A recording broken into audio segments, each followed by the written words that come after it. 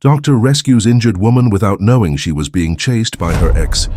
What happened 3 days later shocked the entire hospital. Leave your like and subscribe to support our channel. The air in Austin, Texas, carried the faint tang of cedar and gasoline, a scent that clung to Dr. Lucas Bennett's scrubs like a stubborn shadow as he maneuvered his old pickup truck down the empty stretch of Highway 71. The night was a velvet curtain, pierced only by the twin beams of his headlights and the occasional flicker of a star fighting through the city's glow. At 34, Lucas had grown accustomed to the hum of exhaustion that vibrated through his bones after a 16-hour shift at St. David's Medical Center. His hands gripped the wheel, knuckles pale against the leather, while the radio crooned a soft country tune, steel strings weeping like a lover left behind. It was a sound that tasted of nostalgia, bitter and sweet, pulling him back to summers on his parents' porch in Wimberley. Lucas wasn't the kind of man who dreamed of white coats and stethoscopes as a boy.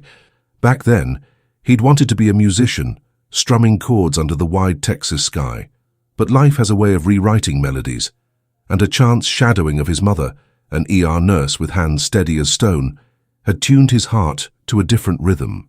Now the hospital was his stage, its sterile corridors echoing with the staccato of hurried footsteps and the low wail of monitors. He didn't just treat patients. He felt their pain in colors. Red for the sharp sting of a fracture, gray for the dull ache of grief. Tonight, though, all he craved was the quiet of his downtown loft, where the walls smelled of coffee and old books, a sanctuary from the chaos. The clock on the dashboard blinked 1:47 a.m. when it happened.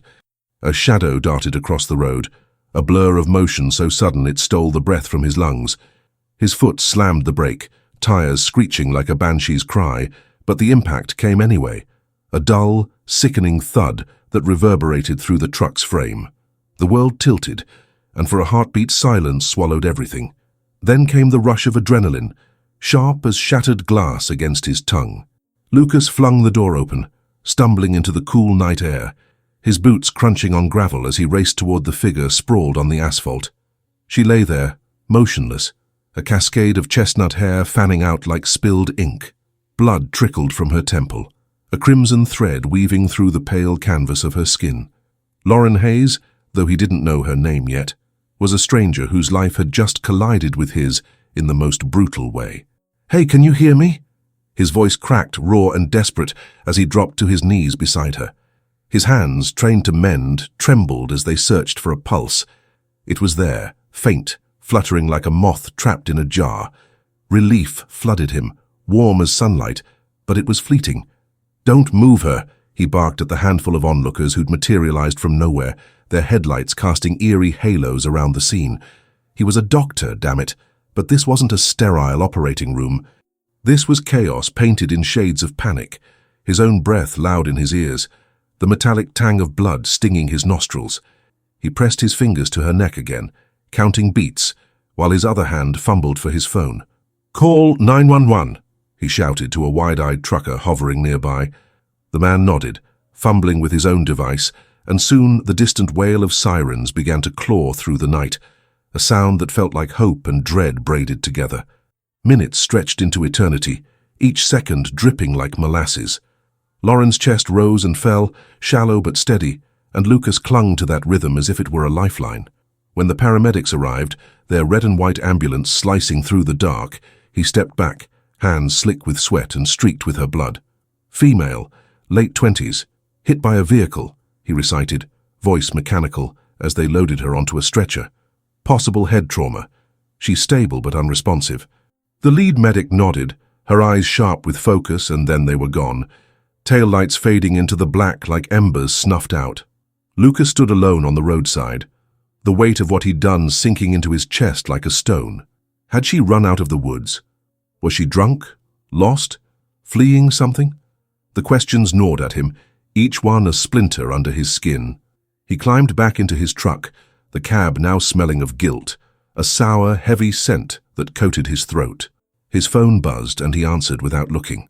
"Lucas, it's Nathan," came the familiar drawl of his best friend, Dr. Nathan Cole, who worked at the community hospital 10 miles out. "They just brought her in. She's awake, gave us a name, Lauren Hayes, and her mum's number. She's banged up, but she'll make it. Where are you? Still here, Lucas muttered, staring at the skid marks etched into the pavement like a signature. She's got insurance. Blue Cross. They'll transfer her to St. David's after initial stabilization. I'm on tonight. Can you keep me posted? Nathan's pause was heavy, the kind that carried unspoken questions. Yeah, man. I'll handle it. You okay? Lucas didn't answer. He hung up, the silence in the truck pressing against his skull like a vice.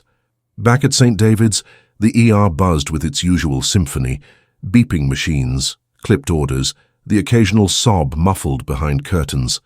Lucas paced the linoleum, his scrub still smeared with dirt from the roadside, waiting for the transfer. When the ambulance rolled in at 3:12 a.m., he was there, shadowing the gurney as they wheeled Lauren into a bay.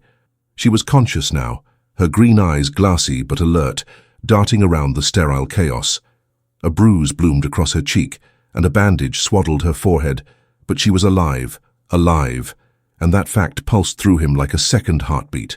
Doctor. Bennett? A nurse handed him her chart, and he scanned it, the words blurring into a haze of medical shorthand. Concussion, lacerations, stable vitals. Then, a note from radiology. CT scan, pending review. He nodded, stepping closer to her bedside. Lauren, I'm Lucas, he said, voice softer than he'd intended. I'm the one who... I hit you. I'm so sorry.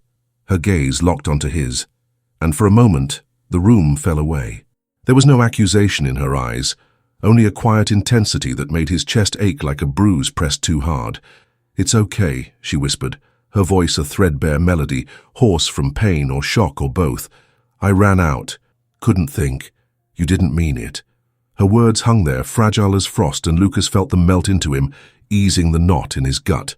But before he could respond, the curtain parted and two figures stormed in.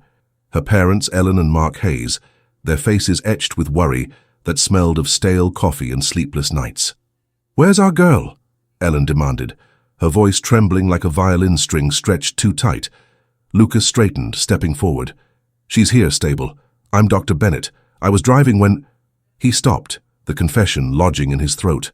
Mark, a wiry man with graying hair, cut in. You hit her? His tone was sharp, but Ellen gripped his arm, silencing him. Is she okay? She asked, eyes pleading. She's awake, talking, Lucas said, gesturing to Lauren. We're running tests to be sure. Ellen rushed to her daughter's side, tears spilling as she brushed Lauren's hair. Mark lingered, staring at Lucas with a mix of anger and exhaustion. Then came another voice, shrill, frantic, from the hall. Lauren, where's my granddaughter? An older woman, her hair a wild silver crown, burst in, her perfume a cloying wave of lavender that clashed with the antiseptic air. Lucas stepped back, letting the family converge, but his eyes stayed on Lauren. She gave him a faint smile, a flicker of warmth amid the storm, and something shifted inside him. A spark, small but insistent, like a match struck in the dark. Then his pager buzzed, pulling him away. Doctor, Bennett Radiology's got something, a nurse called. He nodded, heart sinking. Whatever they'd found, he knew it would change everything. As he strode toward the imaging lab, the weight of the night pressed harder. What had Lauren been running from? Why did her eyes linger on his like they knew him? And what secret was hiding in those scans, waiting to unravel their fragile new thread? The answers loomed just out of reach, whispering promises of chaos, or maybe something more. The radiology lab at St. David's Medical Center hummed with the low drone of machinery, a sound that scraped against Lucas Bennett's nerves like sandpaper on raw skin. The air was cold, sterile, laced with the faint chemical bite of disinfectant that stung his nostrils and tasted like dread. He stood before the glowing screen, hands shoved deep into the pockets of his scrubs, as Dr. Priya Sharma, the hospital's sharpest radiologist, scrolled through Lauren Hayes' CT scans. Each image sliced through the night's chaos, revealing truths hidden beneath her bruised skin and tangled hair. Lucas's pulse thudded in his ears, a metronome counting down to something he wasn't ready to face. There, Priya said, her voice clipped but soft, pointing to a shadow on the screen. A smudge no bigger than a grape nestled in the delicate folds of Lauren's brain. It's a tumor. Low-grade glioma, I'd wager, but it's in the temporal lobe, close to critical structures. Her words landed like stones in still water, rippling through Lucas's chest. He stared at the scan, the grey and white patterns blurring into a fog of guilt and responsibility. The tumor's edges seemed to pulse, mocking him with their quiet menace, a secret Lauren didn't yet know she carried. "How bad is it?" he asked, though the question felt like swallowing glass. Priya's dark eyes met his, her expression a blend of pity and pragmatism. "It's operable, maybe, but risky. We'll need an MRI for clarity and a neuroconsult. She's stable now, so we've got time, but not forever." Time. The word hung there, heavy as wet wool, wrapping around Lucas's throat. He nodded, unable to speak, and turned back to the corridor, the fluorescent lights buzzing like a swarm of restless bees. Back in the ER, the chaos had settled into a restless murmur, phones ringing, a janitor's mop sloshing rhythmically, the occasional cough from a waiting patient. Lucas found Lauren's room, pausing outside to steady himself. Her parents, Ellen and Mark, were still there, their voices muffled through the curtain, a duet of worry and relief. The grandmother, whose lavender perfume still lingered in his memory, had left to fetch coffee, her absence a small mercy. He pushed the curtain aside, stepping into the dim glow of the room, where Lauren lay propped against pillows, her green eyes catching the light like polished jade. She looked at him, and the air shifted, charged with something unspoken like the crackle of static before a storm. "You're back," she said, her voice stronger now, though it carried the frayed edge of exhaustion. "Did I break anything important?" A faint smile tugged at her lips, and Lucas felt it tug at him too, a warmth that bloomed like sunrise against the chill of what he had to say. "No fractures," he said, forcing a smile that felt brittle as dry leaves. "But we need to talk about the scans." He glanced at Ellen, who stiffened, her hand tightening around Lauren's. Mark leaned forward, his jaw set, as if bracing for a blow. Lucas chose his words carefully, each one a step across thin ice. "We found something unexpected, a small mass in your brain, a tumor. It's not aggressive from what we can tell, but it's in a tricky spot. We're scheduling more tests to figure out the next steps." The room went still, the silence so thick it seemed to hum, a low note of shock that vibrated in Lucas's bones. Lauren's smile vanished, her eyes widening as if the world had tilted beneath her. "A tumor." Her voice was a whisper, fragile as spun sugar, and it broke something inside him. Ellen gasped, her hand flying to her mouth while Mark's face crumpled, his anger from earlier replaced by a raw, helpless fear. "Is it cancer?" he asked, the word jagged, cutting the air. "We don't know yet," Lucas said, hating how clinical he sounded. "It's too early to say, but we're moving fast to get answers." He looked at Lauren, willing her to see the truth in his eyes, that he'd fight for her, even if he didn't fully understand why it mattered so much. She nodded slowly, her gaze drifting to the ceiling, as if searching for something to anchor her. "Okay," she murmured. "Okay." Ellen's sobs broke the quiet, soft at first, then rising like a tide, each one a wave crashing against Lucas's resolve. He wanted to stay, to say more, but his pager buzzed again, an appendicitis case demanding attention. "I'll check in soon," he promised, his voice barely above a whisper, and slipped out, the curtains swishing shut like a sigh. The rest of his shift blurred into a haze of sutures, charts, and forced calm, but Lauren's face lingered, her eyes a beacon in the fog. When dawn finally smeared pink across the Austin skyline, Lucas retreated to the doctor's lounge, collapsing onto a sagging couch that smelled of stale popcorn and regret. He pulled out his phone, hesitating before dialing Nathan. "She's got a tumor," he said without preamble when his friend answered. "Temporal lobe. They're running more tests." Nathan's whistle was low, sharp, cutting through the line like a blade. "Damn, man, that's rough. How's she holding up?" Lucas didn't know how to answer. He saw her smile again, fragile but defiant, and it tasted like hope, sweet, fleeting, and dangerous. "She's tougher than she looks," he said finally. "But I need you to do me a favor.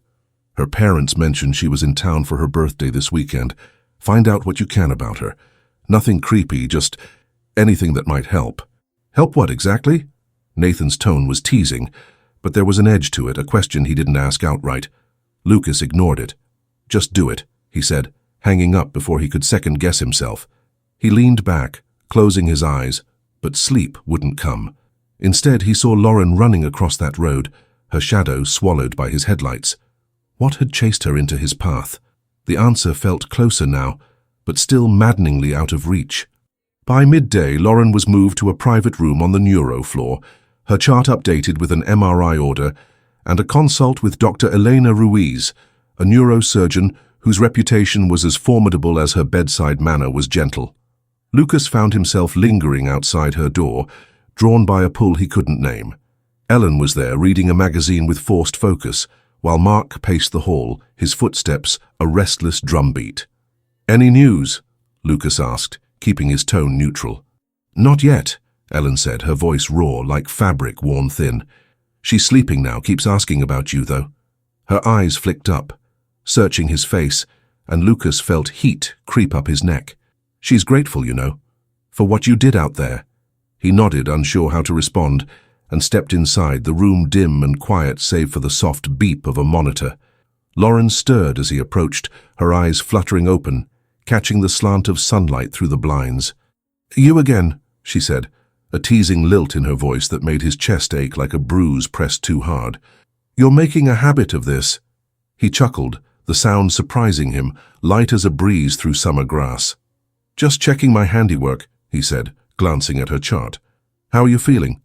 "Like I got hit by a truck," she quipped, then winced, as if regretting the joke. "Sorry, too soon." They laughed together, a shared release that felt like sunlight breaking through clouds, but it faded fast. Her gaze turned serious, pinning him in place. "This tumor, it's bad, isn't it?" The question hung there, sharp and trembling, and Lucas hesitated, caught between truth and comfort. "We're still figuring it out," he said, sitting on the edge of her bed, the mattress creaking under his weight. "But you're in good hands. Dr. Ruiz is the best." She nodded, but her eyes searched his, as if looking for something more, a promise maybe, or a lie to make it all okay.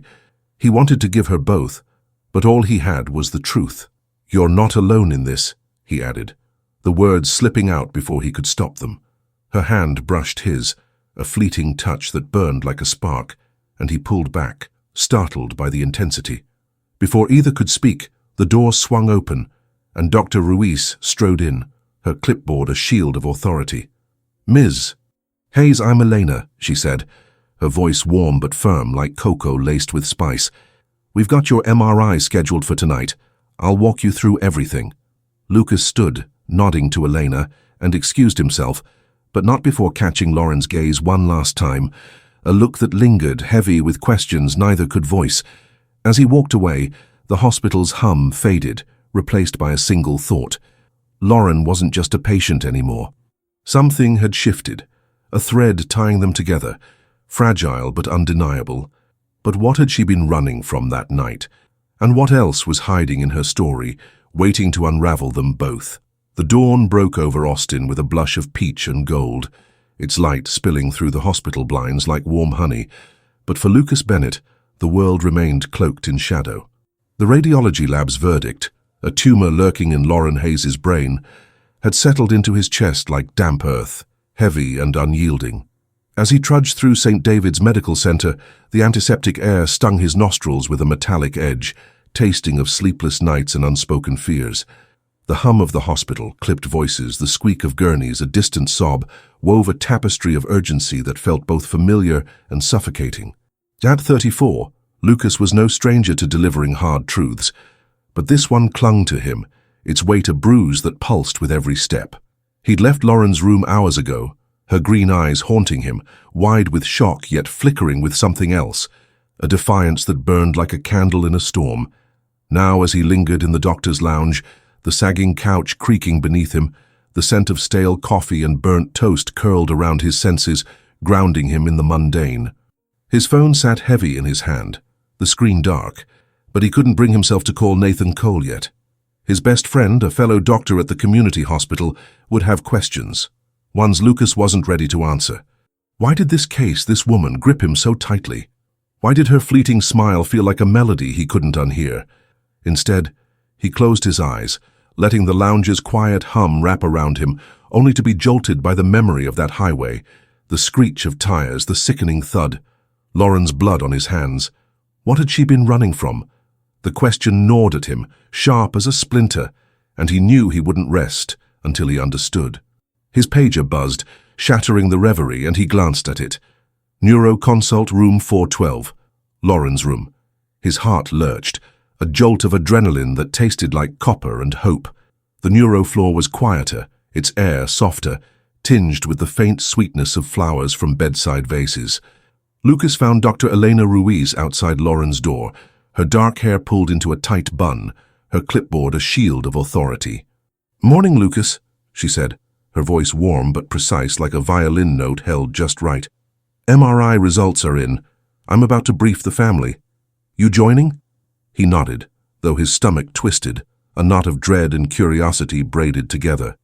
Eleanor's gaze lingered, as if sensing the storm beneath his calm, but she said nothing, leading him inside. Lauren sat propped against pillows, her chestnut hair spilling over her shoulders, catching the light like polished amber.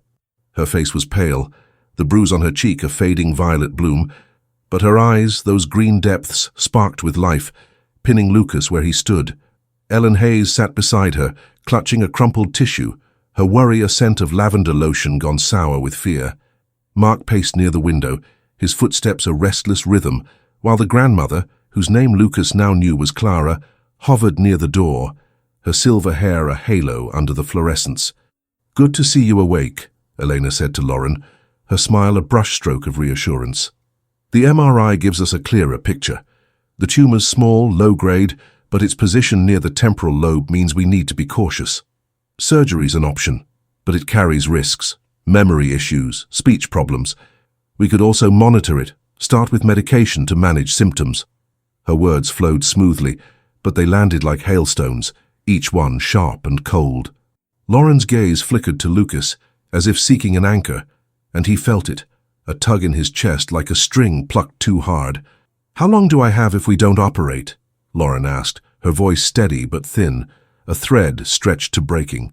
The room held its breath, the silence thick, tasting of salt and sorrow. Eleanor hesitated, then met her eyes.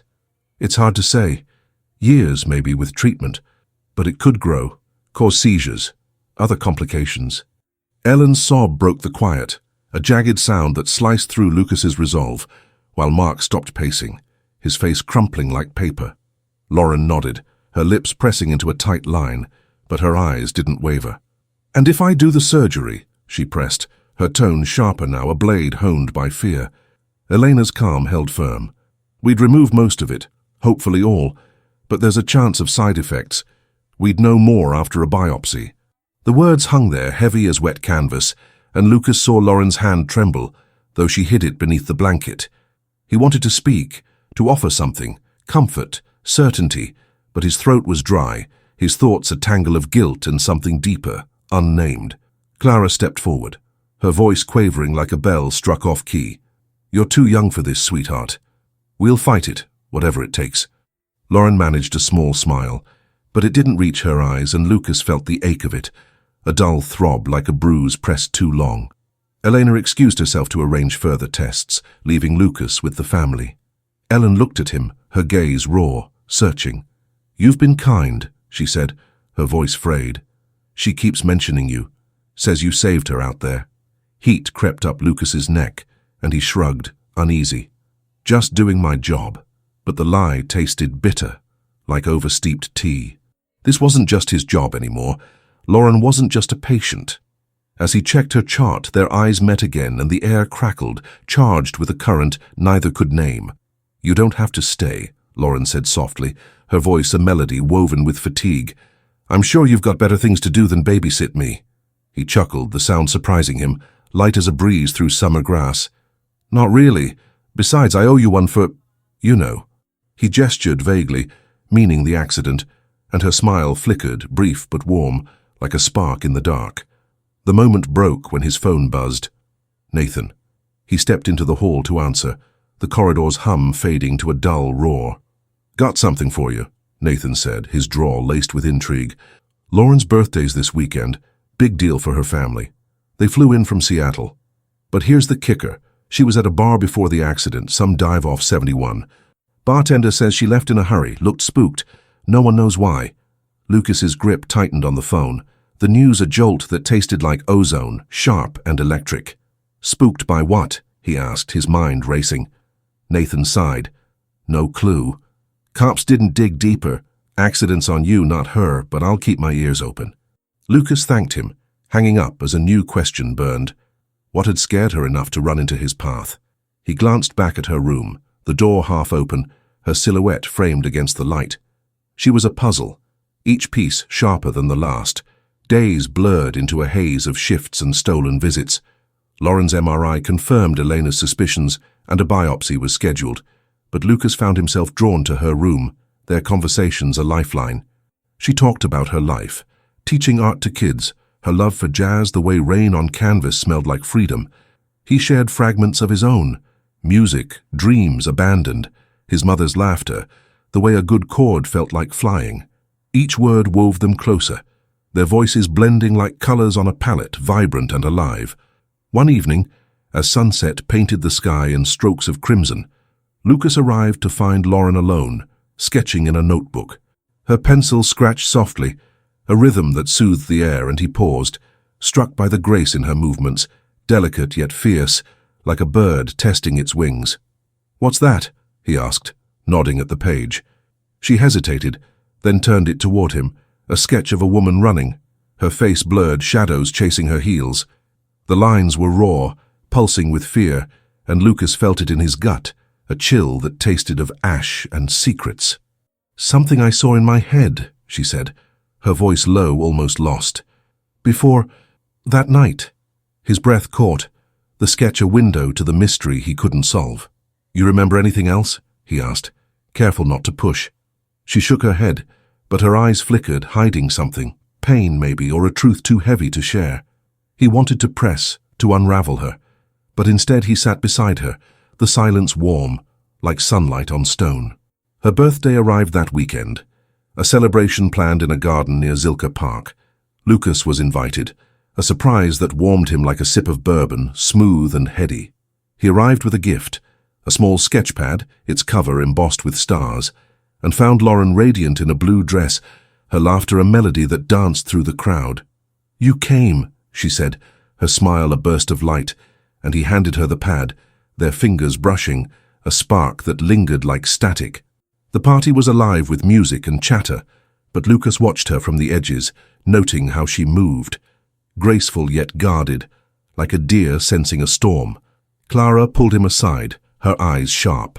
"She's strong, but she's scared," she said, her voice a low hum, like wind through pines. "Keep an eye on her, will you?" He nodded, the request settling into him, a vow he hadn't meant to make. As night fell, Lauren found him by a fountain, its water glinting under string lights.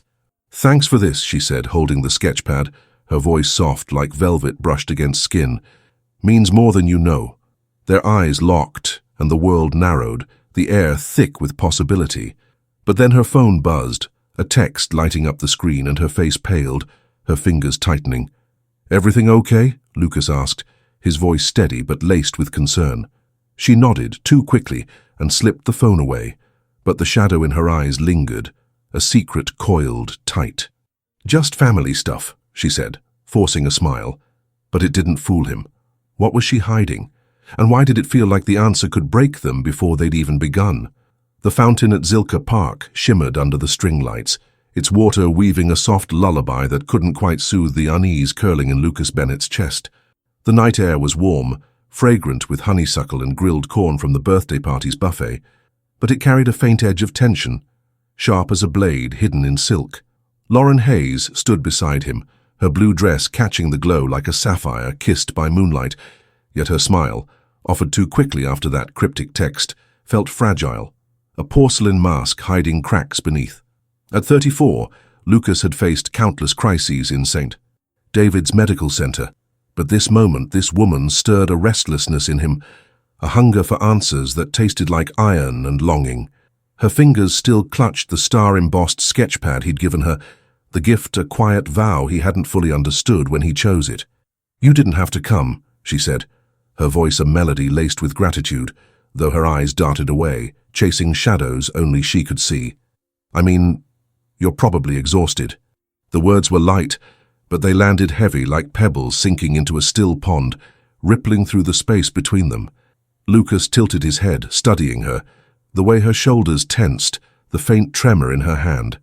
Just family stuff, she'd said about the text, but the lie hung in the air, sour as overripe fruit. Not too exhausted for this, he replied, keeping his tone easy, though his pulse thrummed, a drumbeat urging him to dig deeper. Besides, I wanted to see you smile like that. Her laugh was a spark, brief but bright, and it warmed him, a flicker of sunlight breaking through a storm. Yet the shadow in her gaze lingered, a secret coiled tight, and he felt it press against his ribs, a bruise of curiosity and concern. What was she running from that night on Highway 71? And why did her fear feel so close now, woven into the fabric of this celebration? The party pulsed around them, Clara's cackle rising over the jazz quartet, Ellen's soft chatter with cousins, Mark's gruff toast to Lauren's 30 years. Lucas watched her move through the crowd, her grace a dance of defiance against the tumor lurking in her brain, a low-grade glioma that Dr. Elena Ruiz had promised to tackle with surgery next week. He'd read the latest reports, the biopsy confirming its borders, but the risks, memory loss, speech faltering haunted him, their weight a fog that clung to his thoughts, damp and grey. Lauren, though, seemed to carry it differently, her laughter a vibrant thread stitching the night together, as if she could outshine her diagnosis with sheer will. He stayed longer than he'd planned, drawn by her orbit. When she pulled him to the dance floor, her hand warm in his, the music, a sultry saxophone wail, felt like a pulse under his skin, vibrant and alive. "You're not bad at this," she teased as they swayed, her breath brushing his cheek, sweet with lemonade and something deeper, unspoken. He grinned, the world narrowing to her eyes, green as spring leaves, and for a moment, the hospital, the accident, the tumor all dissolved, leaving only the heat of her touch, electric as a live wire. But the spell broke when her phone buzzed again, vibrating against her hip. She froze, her smile faltering, and stepped back, fumbling to check it. Lucas caught a glimpse, a name, Jake, flashing on the screen, before she shoved it into her pocket, her face paling like canvas bleached by sun. "Sorry, I need a second," she muttered, slipping toward the garden's edge, where shadows pooled like ink. His instinct was to follow, but Clara appeared, her lavender scent a wave that anchored him. "Let her be," she said, her voice low like wind through ancient oaks. "She's got ghosts, that one. Always has." "Ghosts," Lucas echoed, his curiosity aflame licking at dry wood. Clara's eyes, sharp as flint, met his. "Not the kind you bury, the kind you run from." She patted his arm and shuffled off, leaving him with questions that burned, each one a spark threatening to ignite. Who was Jake? And why did his name drain the color from Lauren's face, as if he'd reached across miles to steal her breath? The party wound down, guests drifting away under a sky now studded with stars, their light cold and distant. Lauren returned, her composure restored but brittle like glass annealed too fast. "Everything okay?" Lucas asked, his voice soft but probing, a fisherman casting a line. She nodded, her smile a practiced curve. "Just a friend checking in. No big deal." The lie was smooth, but it grated against him, rough as sand in a wound. He didn't push, not yet, but filed it away, a puzzle piece that didn't fit. Days later, back at the hospital, Lauren's surgery loomed, a spectre casting long shadows over their stolen moments. Lucas found her in her room, sketching again, her pencil tracing lines that bled emotion, trees bending in a storm, their branches reaching for something lost. The air smelled of antiseptic and her jasmine lotion, a blend that felt like hope laced with sorrow.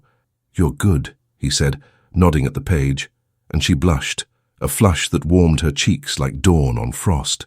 "It's how I think," she said, her voice a whisper like leaves brushing stone. "When words don't work."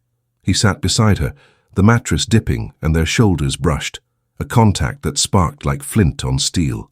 They talked about her students' messy paintings, his failed guitar lessons, the way Austin's skyline glittered like a promise. Each word wove them tighter, a tapestry of trust, but the unspoken hovered, heavy as thunderclouds, her tumor, her fear, that text. The night before her surgery, Lucas stayed late, defying his own exhaustion. which clung to him like damp wool, thick and stifling. Lauren was restless, her fingers twisting the blanket, her eyes searching his face. "What if I'm not me after this?" she asked, her voice a threadbare melody fraying at the edges. The question pierced him, its ache a violet bloom spreading through his chest. He took her hand, her skin cool but alive, pulsing with a rhythm that grounded him. "You'll still be you," he said, his voice firm, though doubt nibbled at its edges, sour as unripe berries.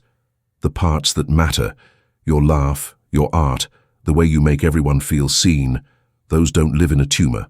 Her smile was small but real, a crescent moon breaking through clouds, and she squeezed his hand, the gesture a vow that needed no words. But as he left, her gaze lingered, heavy with something unsaid, and he felt it, a pull like gravity, drawing him deeper into her orbit. The next morning, surgery day, the hospital buzzed with purpose, its rhythm crisp as a metronome. Lucas wasn't on the neuro team, but he hovered near the OR, his scrubs crisp, his nerves raw. Elena Ruiz met him in the hall, her eyes steady, like polished obsidian. "She's strong," she said, sensing his unrest. "We'll take care of her." He nodded, but as Lauren was wheeled past, her face pale but calm, she caught his eye and mouthed, "See you soon." The words landed soft, like petals on water, but they carried a weight that anchored him, a promise he clung to as the doors swung shut. Hours crawled by, each minute a bead of sweat down his spine, tasting of salt and fear. He busied himself with rounds, but his thoughts circled back to her. Her sketch of running, Jake's name, the secrets she guarded like treasures or traps. When Elena finally emerged, her face unreadable, Lucas's heart lurched, a jolt that burned like whiskey. "She's out," she said. "Stable. We got most of it, but there's swelling. She's in recovery, awake, talking." Relief flooded him, warm as summer rain, but Elena's pause held a warning. "She's asking for you. But Lucas, something's off. She's holding back." He found her in recovery, her head swathed in bandages, her eyes glassy but bright, like emeralds catching firelight. "Told you I'd make it," she whispered, her voice hoarse, a cracked bell ringing true. He smiled, but her hand trembled in his, and her gaze darted to the door as if expecting someone or something to barge through. "What's wrong?" he asked, his voice low, like a cello note drawn slow. She hesitated, her breath hitching, and then said, "I remembered something from that night." Her words were a spark in dry grass, igniting his curiosity, and he leaned closer, the air between them charged, electric. "What did you see?" he pressed, gentle but urgent. Her eyes locked on his, wide with fear, and she whispered a single name, "Jake." The syllable landed like a stone, rippling through him, and he knew, whatever came next, it would unravel everything. Who was Jake, and what hold did he have over her heart? The recovery room at St. David's Medical Center was a cocoon of soft light and hushed murmurs, its air thick with the sterile bite of iodine, a scent that clung to Lucas Bennett's senses like frost on a windowpane. Lauren Hayes lay before him, her head swathed in bandages, her face pale as moonlight on snow, yet her green eyes burned with a feverish intensity, pinning him where he stood. The single word she'd whispered, "Jake," hung between them, a shard of glass glinting in the quiet, sharp enough to draw blood. At 34, Lucas had faced death and despair in countless hospital rooms, but this moment, this name, stirred a storm in his chest, its roar tasting of salt and secrets, wild as a sea churned by wind. "Jake," he repeated, his voice low, careful, like a painter brushing color onto a fragile canvas. "Who is he, Lauren?" Her gaze flickered, darting to the door as if expecting a phantom to stride through, and her hand trembled in his, its warmth a pulse against his calloused fingers. The monitor beside her beeped steadily, a metronome anchoring the silence, but her breath hitched, a jagged note that spoke of fear older than her tumor, deeper than the surgery she'd just endured. "Someone from before," she murmured, her voice a threadbare melody, fraying under the weight of memory. "He was there that night." Lucas's heart lurched, a jolt that burned like whiskey swallowed too fast. That night, Highway 71, her shadow fleeing across his headlights, the sickening thud that bound their fates. He leaned closer, the chair creaking beneath him, its sound a faint groan in the stillness. "What happened?" he asked, his tone gentle but urgent, a fisherman casting a net into murky waters. Her eyes searched his wide and raw, and for a moment he thought she'd unraveled the truth, lay bare the ghost that haunted her. But then she shook her head, a small, sharp motion, and the moment slipped away, elusive as smoke curling through fingers. "I don't know," she said, her voice cracking like ice underfoot. "It's blurry. I saw him, I think, at the bar. Then I ran." Her words were puzzle pieces, jagged and incomplete, and they sank into Lucas heavy as river stones, stirring questions that swirled like eddies. A bar, a man, a chase. He wanted to press, to pull the threads loose, but her eyelids fluttered, heavy with exhaustion, and he saw the toll of surgery in the shadows beneath her eyes, dark as bruised plums. "Rest now," he said, squeezing her hand, though his mind raced, a kaleidoscope of suspicion and curiosity. "We'll figure it out." She nodded, her smile faint but real, a crescent moon breaking through clouds, and as her eyes closed he felt a tug in his chest, a cord tying him to her, fragile yet unyielding, its pull warm as embers glowing in the dark. He stood, the room's hum fading, and slipped out. But Jake's name lingered, a splinter under his skin, sharp and insistent. The days that followed were a dance of recovery and revelation.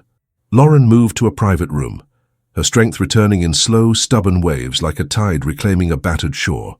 Lucas visited daily, drawn by a need he couldn't name, their conversations a tapestry woven with laughter and silences, each thread vibrant with meaning. She spoke of her art, how painting felt like breathing, each stroke a pulse of color that tasted of freedom, tart as wild berries. He shared stories of his youth, sneaking beers by the Colorado River, his mother's voice like a lullaby, warm and golden. Their words blended, a harmony that soothed the ache of her diagnosis, though the tumor's shadow loomed, a grey veil they both ignored. Yet Jake's ghost hovered, unspoken but present, its chill a draft that prickled Lucas's neck. He'd asked Nathan to dig deeper, and his friend delivered a fragment. Jake Carver, a name tied to Lauren's past in Seattle, a musician with a rap sheet, petty theft, a bar fight, nothing concrete but enough to darken Lucas's thoughts. He didn't tell her, not yet, but watched for signs, a flinch at a text, a pause in her laughter, clues to the fear she'd buried. Her phone stayed silent now, no more cryptic messages, but her sketches grew darker, figures running through storms, their faces smudged, as if erased by time. One evening, as Austin's skyline glittered beyond her window, Lauren handed him a drawing, a lone tree, its branches reaching for a starlit sky, roots tangled in shadow.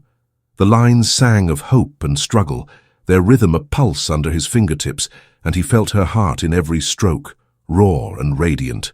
"For you," she said, her voice soft, like velvet brushed against stone. "Because you keep showing up." His throat tightened, the gift of flame kindling in his chest, and he met her eyes, green depths that held him like a vow. "You make it hard to stay away," he admitted, the words slipping free, unguarded, tasting of truth and risk. Her laugh was a spark, bright and fleeting, but it warmed him, a glow that lingered as he tucked the sketch into his bag. They sat in silence then, the room bathed in twilight's indigo, and he felt the shift. A line crossed, a door opened, the air between them charged, like the hush before thunder. He wanted to ask about Jake, to shatter the mystery, but her hand brushed his, a fleeting touch that burned like a comet's tail, and he let the moment hold, fragile and perfect. Weeks passed, and Lauren's recovery gained ground, her steps steadier, her smile brighter, though the tumor's remnants, too risky to fully remove, demanded vigilance, a cocktail of meds to keep it at bay. Lucas threw himself into her care, consulting with Elena, poring over scans, but it was their moments outside the hospital that bound them tighter. They wandered Austin's trails, her laughter mingling with the rustle of live oaks, its sound a melody that tasted of mint and sunlight. At a jazz club on 6th Street, her fingers tapped to a saxophone's wail, and he watched her sway, her joy a color that painted the air, vivid as crimson. But the past wouldn't stay buried. One night, as they shared tacos at a food truck, the city's pulse throbbing around them, Lauren's phone lit up, a call, not a text, the name Jake flashing like a warning flare. She silenced it, her face tightening, a mask of calm that cracked at the edges, and Lucas felt the air shift, heavy with unspoken truths. "You okay?" he asked, his voice steady, though his heart raced, a drumbeat echoing in his bones. She nodded, but her eyes were distant, lost in a memory that smelled of fear, acrid and sharp. "It's nothing," she said, too quickly, and took a bite, the crunch loud in the quiet. But Lucas saw the tremor in her hand, the way her gaze flicked to the street as if searching for a shadow. He didn't push, not there, not then, but the name burned, a coal in his gut, and he knew he'd have to face it soon, whatever it cost. Jake wasn't just a name, he was a key, and Lucas feared what door it might unlock. Their bond deepened despite the spectre, each moment a brushstroke on a shared canvas. One afternoon at Barton Springs, they sat by the water, its cool breath kissing their skin, and Lauren spoke of dreams, a gallery show, a trip to Paris, a life where fear didn't lurk. "What about you?" she asked, her voice a breeze, light but probing. He hesitated, then confessed, a longing to play music again, to feel chords ripple through him, their vibration a taste of flight, sweet as honey. Her smile was a gift, bright as dawn, and she leaned closer, their shoulders brushing, a spark that flared like kindling. "I'd love to hear you play," she said, and the words landed soft, like petals on a stream, but they carried a weight, a promise of tomorrows they both craved. He nodded, his heart swelling, but the shadow of Jake lingered, a smudge on the horizon, and he wondered how long they could outrun it. That night, alone in his loft, Lucas found her sketch, the tree, its roots and stars, and traced its lines, feeling her courage in every curve, a strength that anchored him, even as fear gnawed, bitter as ash. Then came the letter, tucked in his mailbox, no stamp, just his name scrawled in jagged ink. Inside, a single line, "Leave her alone, or you'll regret it." The words were a blade, cold and precise, and they sliced through him, their chill a taste of dread that coated his tongue. No signature, but he knew. Jake. The threat was real, its shadow stretching across their fragile bond, and Lucas's blood ran cold, a river icing over. Who was this man? And what did he want with Lauren? And why did it feel like the answer could shatter everything they'd built? The loft where Lucas Bennett lived was a sanctuary of quiet, its walls steeped in the earthy scent of cedar and ink. But tonight, it felt like a cage. The anonymous letter lay open on his coffee table, its jagged scrawl, "Leave her alone or you'll regret it," glaring up at him like a wound that refused to close. The words tasted of venom, bitter and cold, seeping into his veins as he paced the hardwood floor, his footsteps a restless pulse against the silence. At 34, Lucas had faced life's cruelties in the sterile chaos of St.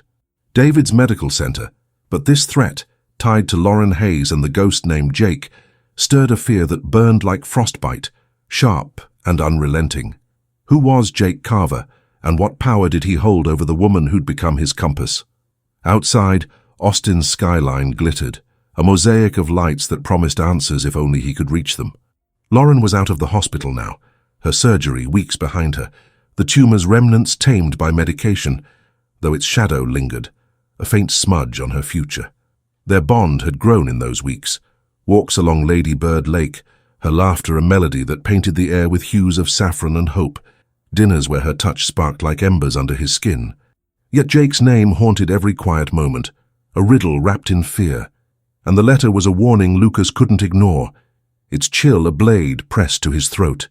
He grabbed his phone, dialing Nathan Cole, his voice tight as he recounted the note. "Jake Carver," Nathan repeated, his drawl heavy with unease like gravel shifting underfoot. "I dug more. He's trouble. Stalking charges dropped in Seattle, tied to Lauren 2 years back. Cops here won't touch it without proof. You sure you want to poke this bear?" Lucas's jaw clenched, the question a spark igniting his resolve. "I have to," he said, hanging up, the decision a weight that settled in his chest, solid as stone, warm as a vow. Morning brought him to Lauren's apartment, a cozy walk-up near South Congress, its walls alive with her art, canvases bursting with color, their strokes tasting of joy and defiance, like ripe cherries under a summer sun.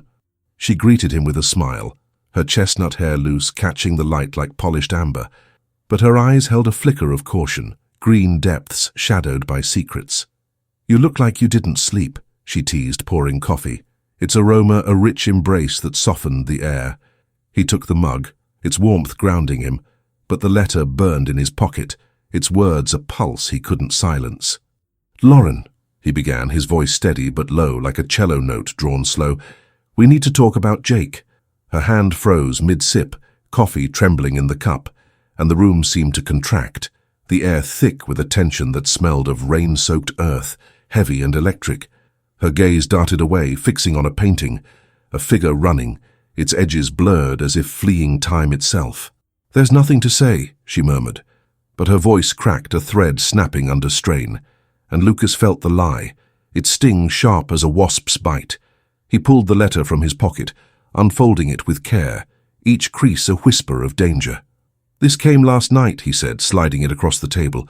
Her eyes widened, a gasp slipping free, and she recoiled, as if the paper could burn her. "No," she whispered, her voice a wisp of smoke, dissolving in the light. "He found me."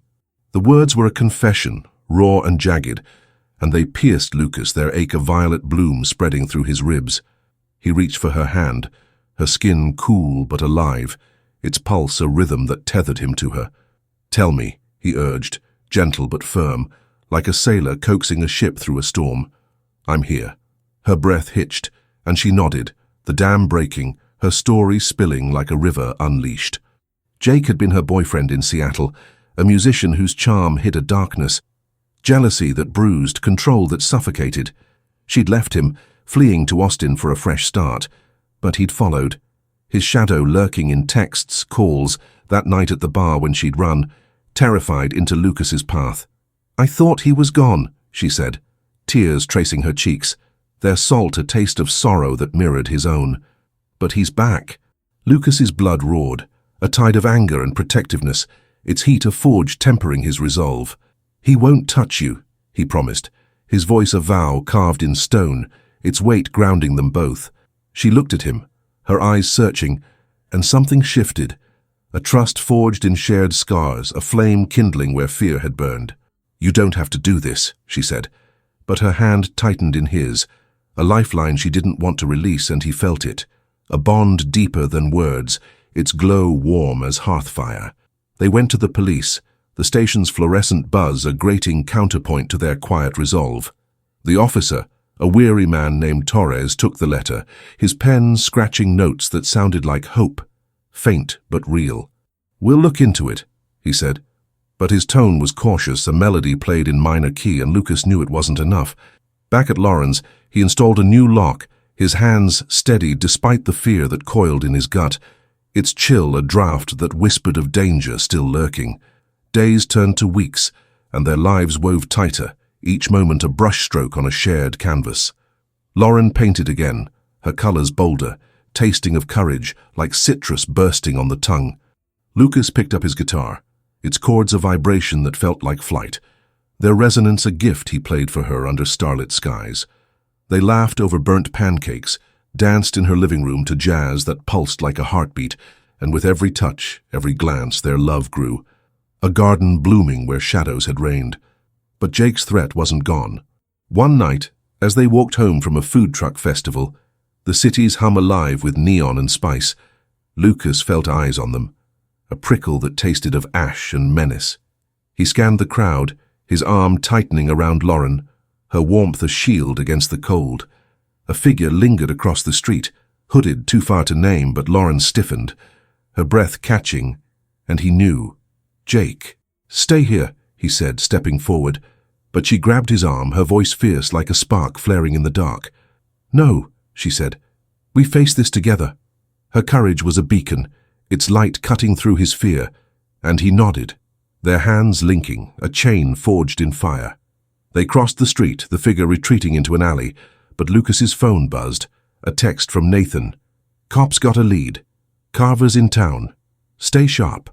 The news was a jolt, electric and raw, and Lucas pulled Lauren close, her heartbeat a rhythm that steadied him, even as danger loomed. The breakthrough came days later. Torres called. Jake had been spotted at a motel, the letter traced to him through a fingerprint, a careless slip that bound him to the threat.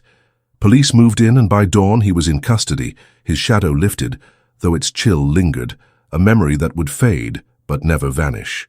Lauren wept when she heard, her relief a tide that washed over Lucas, its warmth a balm to wounds they'd both carried.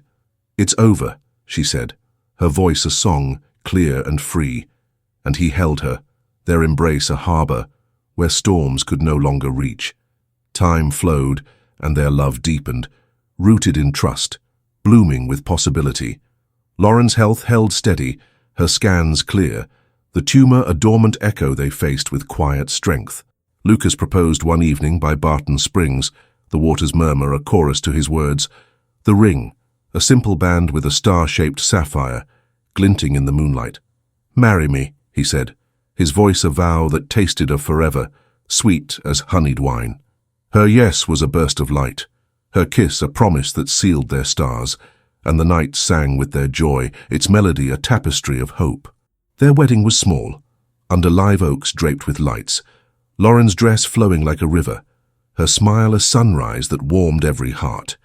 They danced to a guitar's strum, Lucas's own, its chords a love letter, and vowed to live fully, fiercely, no matter what came.